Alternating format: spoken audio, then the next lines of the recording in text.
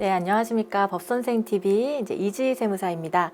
이번 시간에는 증여세에 대해서 설명을 드릴 건데요. 우리가 앞 시간에 상속세에 대해서 제가 설명을 드릴 때 상속세 절세하는 전략 중에 하나가 사전 증여라고 말씀을 드렸었는데, 그렇다고 하면 이 증여세에 대해서는 우리나라 지금 세법상 어떤 구조를 취하고 있는가에 대해서 또 간단하게 설명을 드리고, 한번 그럼 증여세를 또 줄일 수 있는 방법이 있는지까지 한번 사례를 들어서 설명을 드려보겠습니다.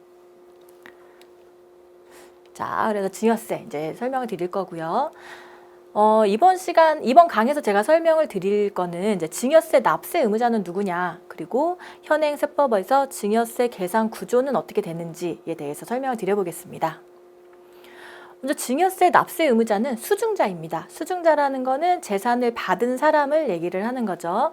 그래서 타인으로부터 재산을 무상으로 받은 자, 공짜로 받게 된 그 사람이 받은 재산을 가지고 신고 납부를 하는 건데, 평가도 받은 재산을 가지고 계산을 합니다.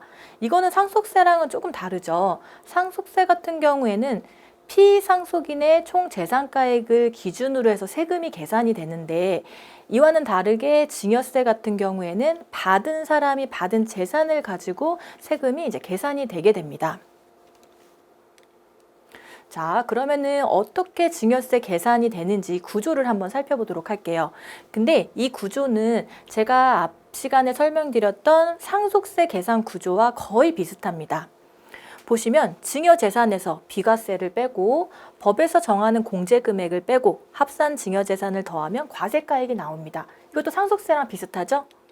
그리고 여기에 공제액을 또 빼주면 과세표준이 나와요. 그리고 과세표준의 세율을 곱하는데 이 세율도 상속세율이랑 동일합니다. 이런 계산의 형식을 가지고 자진납부세액까지 계산이 되는데, 상속세랑 거의 비슷해요. 하지만 안에 좀 내용들이 다른 부분에 대해서만 제가 설명을 드려보겠습니다.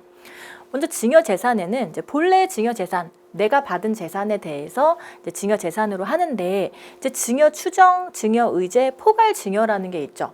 이런 항목들은 왜 나와 있냐면은 우리나라 사람들 머리가 진짜 똑똑하잖아요. 그래서 세금을 어떻게 하면 줄일 수 있냐. 예를 들어서 증여추정이라고 그래서 배우자 등의 양도 재산이라고 그래서 특수관계자와 거래를 합니다. 양도를 해요, 서로. 근데 특수관계자와 거래를 하게 되면 그게 실질적으로 진짜 이게 양도가 맞냐, 혹시 증여가 아니야? 라고 추정을 하게 됩니다. 그래서 만약에 입증을 하지 못한다고 하면은 그런 증여재산도 증여재산가액으로 들어가서 증여세를 부과가 될 수가 있습니다. 그리고 재산취득자금이라고 해서 재정 상태를 볼 때 도저히 재산을 자력으로 취득할 수가 없는데도 불구하고 재산을 취득한 게 있다. 예를 들어서 초등학교 다니는 학생이 꼬마 빌딩 20억짜리를 취득을 합니다. 그렇다고 하면 그 돈은 어디서 났겠냐? 아마도 부모한테 증여를 받았겠지라고 추정을 하게 되겠죠. 그런 금액들이 있다고 하면은 증여세로 부과가 될 수가 있으니, 그런 거에 대해서 실제로 내 능력으로 내가 취득한 거야라고 한다고 하면 그 입증을 준비를 해놓으셔야 됩니다. 그리고 증여의제라고 해서 명의신탁재산과 특수관계 법인 거래 이익이라고 있는데, 여러분들도 마찬가지로 법인 대표님이신 경우에 법인을 하나만 운영하시는 분들도 계시지만 여러 개의 법인을 함께 운영하시는 대표님들이 계시죠. 그랬을 때 각 계열사를 통해서 일감 몰아주기가 있었다라고 하면 그것도 증여로 의제가 될 수 있으니 그 부분도 주의를 하셔야 됩니다. 그리고 포괄증여, 증여의 형태가 있다라고 하면은 포괄증여로 해서 증여재산가액에 합산이 될 수가 있습니다. 그리고 여기서 빼주는 거는 비과세는 상속세랑 비슷합니다. 그래서 공익법인이나 공익신탁에 출연한 재산, 그리고 장애인에게 증여한 신탁재산은 5억 원을 한도로 해서 비과세가 가능합니다. 그리고 공제금액에는 합산배제 증여재산과 부담부 담보채무라고 있는데, 이 채무는 상속세에서도 상속재산가액에서 공제액의 채무가 빠져요. 내가 갚아야 될 빚이기 때문에. 증여도 마찬가지입니다. 부모님이 나한테 만약에 빌딩을 하나 주셨어요. 근데 빌딩만 준 게 아니라 그 빌딩에 같이 담보로 묶여있던 채무도 같이 이전이 됐다 라고 하면은 나는 증여세를 계산할 때 채무는 빼고 나머지 금액에 대해서만 증여세를 납부를 하는 구조이죠. 그래서 공제금액을 빼주고, 그리고 합산 증여재산이라고 그래서 증여를 할 때 증여 공제를 받을 수 있으니까 막 여러 차례 나눠가지고 증여를 하는 거예요. 근데 그랬을 경우에 증여일 전 10년 내에 동일인으로부터 증여받은 재산 가액이 1,000만 원 이상이라고 한다고 하면 그것도 합산이 돼서 증여세로 과세가 됩니다.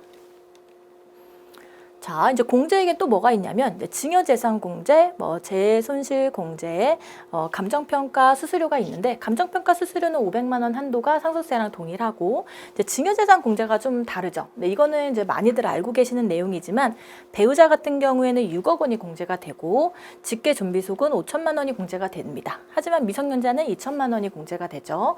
기타 친족은 1,000만 원 공제가 됩니다. 자, 여기까지 계산되고 난 다음이 과세표준. 항상 과세표준의 세율을 곱하는 거라 그랬죠?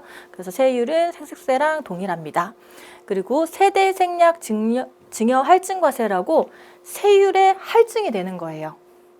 그래서 이제 자녀가 아닌 직계 비속이 증여받은 재산 가액이 있었다라고 하면은 30%가 가산이 되고 그 수증자가 미성년자이면서 증여재산가액이 20억 원을 초과하게 되면은 40%의 세율이 할증이 되게 되죠. 그래서 여기까지 계산이 되면 산출세액이 나오고 산출세액에서 이제 세액공제가 차감이 됩니다. 그 납부세액공제, 외국납부세액공제, 그리고 신고세액공제 3%가 차감이 되고 나면 그 다음에 금액이 이제 내가 내야 될 세금으로 계산이 되게 됩니다. 그래서 보면은 이제 증여세랑 상속세는 계산 구조가 굉장히 동일하기 때문에 동일하다기보다는 비슷하기 때문에 이제 여러분들이 내가 어떤 증여를 하고자 한다고 하거나 내가 받고자 하는 게 있다고 하면 한번 이렇게 계산을 해보는 것도 도움이 되실 것 같습니다. 감사합니다.